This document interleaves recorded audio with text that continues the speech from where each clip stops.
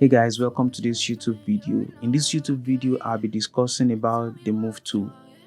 I've already started a Photoshop Tools section where I'll be discussing several different kinds of Photoshop tools.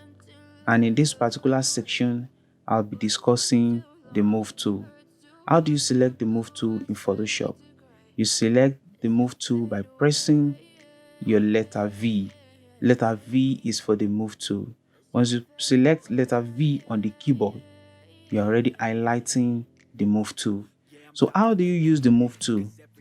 You use the Move tool by hovering on top of the object you want to select and move, and click it on your mouse, left click it on your mouse, like I'm hovering my cursor on the blue square. And if I want to pick and select the blue square, I will pick it with the head of my mouse and drag it and drag it.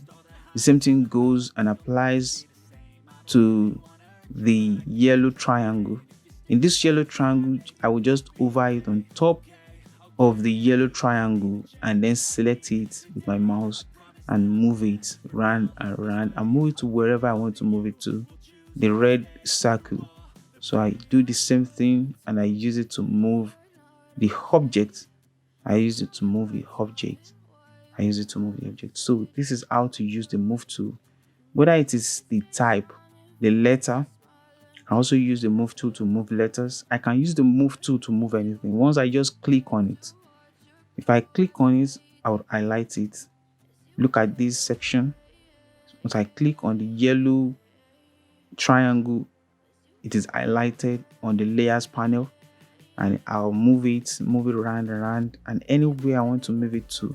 Once you click on it, you'll be able to move it.